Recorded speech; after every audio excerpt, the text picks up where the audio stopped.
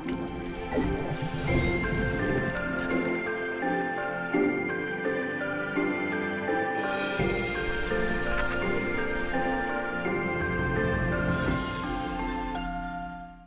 प्यारे दोस्तों, GCM study centre में आपका बहुत बहुत स्वागत है।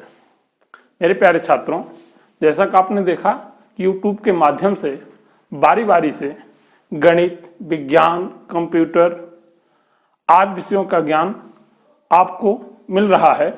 आगे आप अन्य विषयों का भी ज्ञान इसी तरह मिलता रहेगा। बस इसी क्रम में आज आपको हिंदी विषय पर आधारित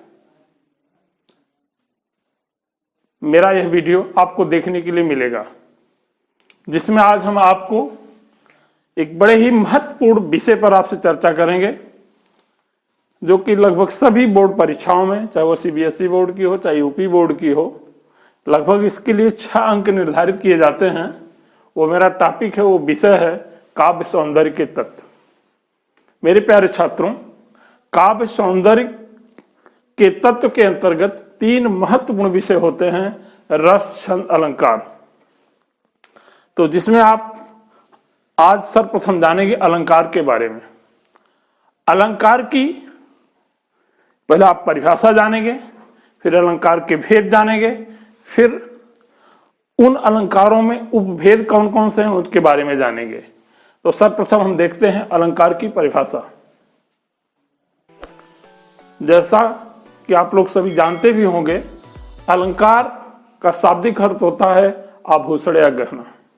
जिस प्रकार हमारे इस भौतिक जगत में आभूषण या गहना के धारण करने से व्यक्ति की महत्वपूर्णता बढ़ जाती है, चाहे वो स्त्री हो चाहे पुरुष हो, सबकी महत्वपूर्णता बढ़ जाती है। उसी प्रकार काव्य में अलंकारों के प्रयोग से काव्य की महत्वपूर्णता बढ़ जाती है।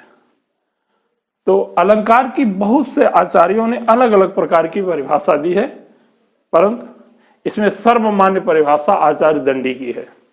आचार्य दंडी ने अलंकार को परिभाषित करते हुए बताया है कि काव्य शोभाकरान च धर्मान अलंकारान प्रचक्षते। फिर से देखें, काव्य शोभाकरान धर्मान अलंकारान प्रचक्षते, अर्थात काव्य की शोभा बढ़ाने वाले धर्मों को हम अलंकार कहते हैं। एक बार और परिभाषा जाने, काव्य शोभाकरान धर्मान अलंकारान प्रचक्षते। ये आचार्य दंडी ने परिभाषित किया, इसे यही सर्वमान्य परिभाषा है। फिर से जाने, अर्थात काव्य की शोभा बढ़ाने वाले धर्मों को हम अलंकार कहते हैं। मेरे प्यारे छात्रों, अलंकार के मुख्यतः 2 भेद होते हैं। पहला होता है शब्दालंकार, दूसरा होता है अर्थालंकार।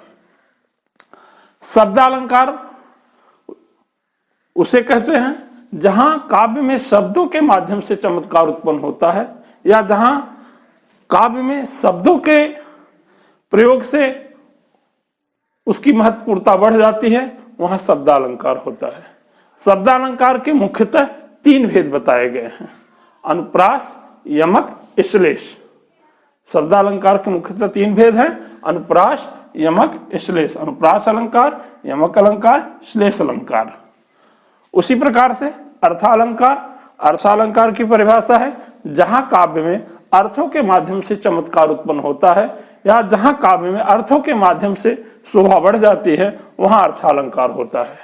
वैसे तो अर्थालंकार की लगभग 100 से अधिक उपभेद बताए गए हैं, परंतु मुख्य रूप से 3 ही हैं, उपमा, रूपक और उत्प्रेक्षा। तो आज हम सर्वप्रथम चर्चा करेंगे शब्दालंकार के बारे में और उसके उपभेद के बारे में।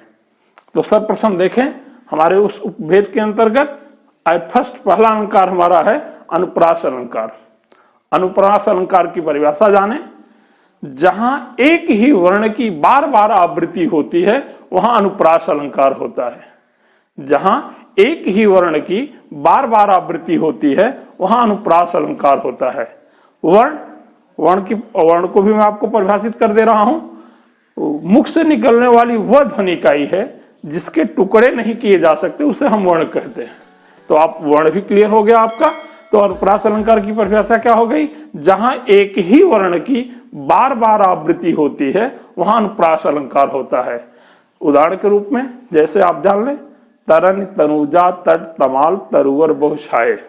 यहाँ कौन सी वर्ण की आवृत्ति हो रही? त वर्ण की बार बार आवृत्ति होते। तरन तनुजा तट तमाल तरुवर बहु छाए। एक दूसरा उदाहरण देखें। चार चंद्र की चंचल किरणें खेल रही हैं जल थल में। चार चंद्र की चंचल किरणें खेल रही हैं जल थल में। यहाँ कौन से वर्ण की आवृत्ति बार बार हो रही? च वर्ण की बार बार आवृत्ति हो रही है, इसलिए यहां भी अनुप्रास अलंकार है। ऐसे ही आपको जहां भी एक वर्ण की आपको आवृत्ति दिखे वहां आंख मूंद के आप जान जाइए कि अनुप्रास अलंकार होता है। अब आपका दूसरा अलंकार है यमक अलंकार। यमक का वैसे शाब्दिक अर्थ होता है युग्म या जोड़ा। तो परिभाषा जाने। जहां एक ही शब्द के कई अर्थ होते हैं वहां यमक अलंकार होता है। वही शब्द पुनि पुनि परे अर्थ और ही और सो यमका अलंकार है। तो जहां एक ही शब्द के कई अर्थ हों वहां यमक अलंकार होता है। उदाहरण के तौर पर आप जान लें, ऐसे कनक कनक तेसौ गुनी मां दक्ता अधिकाय वा खाए बौराय नर वा पाए बौराय। यहाँ कौन सी शब्द की आवृत्ति हुई? कनक शब्द की।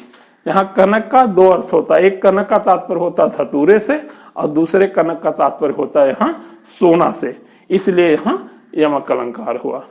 आपका आप स्पष्ट करना, जहां एक ही शब्द की बार बार आवृत्ति हो और उसके अर्थ अलग हो वहां यमक अलंकार होता है। उदाहरण के तौर पर मैंने आपको बताया कि कनक कनक ते सौगुनी मां दक्ता अधिकाय वा पाए बौराय नर वा खाए बौराय।